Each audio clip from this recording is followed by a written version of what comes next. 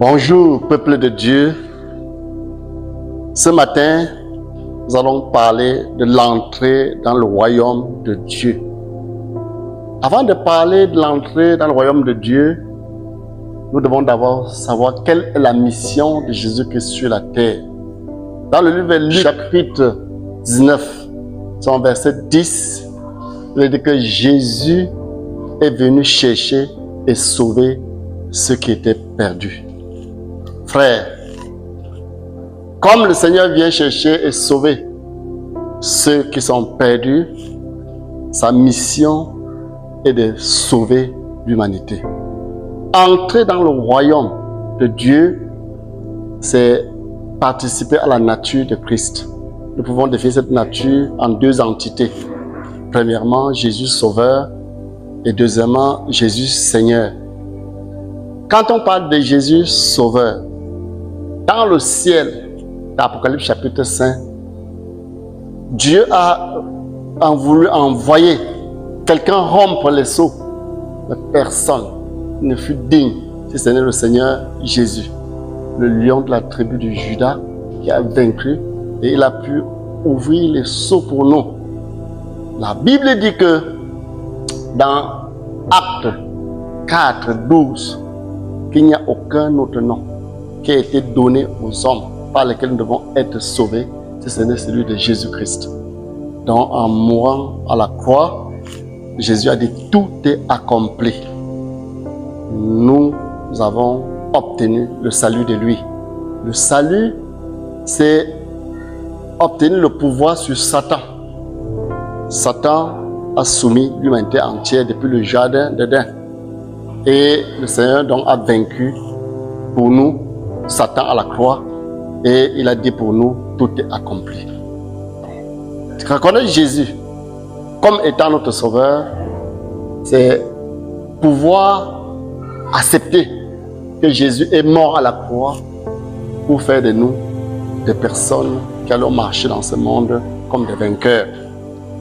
Avec ce pouvoir, nous pouvons triompher de nous-mêmes, triompher de la haine, de la confusion, de la méchanceté, de tout ce qui tient l'homme esclave. Quand nous intégrons cela, jour après jour dans notre vie, nous pouvons à la longue manifester la deuxième vertu du Seigneur qui est de faire de Jésus-Christ notre Seigneur. La notion de Seigneur est une chose très importante que nous devons connaître en tant que les enfants de Dieu si nous voulons participer aux deux natures du Seigneur et entrer véritablement dans le royaume. Quand on dit que quelqu'un est Seigneur, ça veut dire que c'est lui qui a le dernier mot. C'est lui qui a la responsabilité. C'est lui qui gouverne. Christ doit donc pouvoir gouverner nos vies. Et quand nous sommes gouvernés par le Seigneur, ça veut dire qu'il prend le contrôle de tout ce que nous posons comme action, que ce soit dans notre vie personnelle, dans notre famille et même dans notre entourage. Nous devons intégrer la présence de notre Seigneur qui est Jésus. Quand nous utilisons donc le pouvoir que nous avons pour pouvoir mettre nos vies d'aplomb avec les lois de notre Seigneur, avec les commandements de notre Seigneur, à la longue, nous commençons à rayonner. Christ rayonne en nous. La lumière, il a été une lumière qui, en venant dans ce monde, éclaire tout homme. Nous commençons à rayonner parce que la notion de salut que nous avons étudié précédemment est individuelle. Mais la notion de faire de Jésus-Christ Seigneur est plutôt une notion rayonnante. On ne peut pas cacher cette vie-là. En famille, cette vie ne peut pas être cachée. Dans l'entourage, cette vie ne peut pas être cachée. On dit souvent que notre altitude dépend de notre attitude. Si nous avons vaincu plusieurs aspects de ce qui nous tient esclaves, nous devons vraiment voler très haut. Nous ne devons pas nous heurter avec toute personne. Jésus en nous, il transcende tout ce qu'il y a comme confrontation humaine. Il peut nous donner des capacités de pouvoir ne pas nous heurter à toute chose. Il y a des gens qui se heurtent à tout. Ils ont des conflits avec leur époux, avec leur épouse, avec leurs enfants, avec leurs voisins, dans leur lieu de service.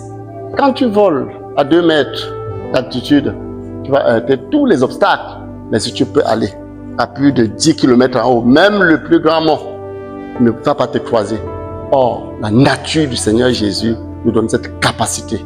C'est ça fait de Jésus qui est Seigneur de notre vie. Et nous allons voir, frère, quand il était lui-même dans ce bas monde, il a dit, qui de vous me convaincra de péché? Donc, frère, faire de Jésus-Christ notre Sauveur, c'est bien. Ça nous amène à nous remettre en course et changer. Changer des actes que nous posons qui ne donnent pas gloire à Dieu. Mais intégrer Jésus-Christ comme Seigneur, c'est vivre par lui. C'est évoluer avec lui. Nous allons vraiment nous limiter là et dire, frère, que si nous voulons entrer dans le royaume, nous devons véritablement intégrer Jésus-Christ comme notre Sauveur et notre Seigneur. Que Dieu nous bénisse.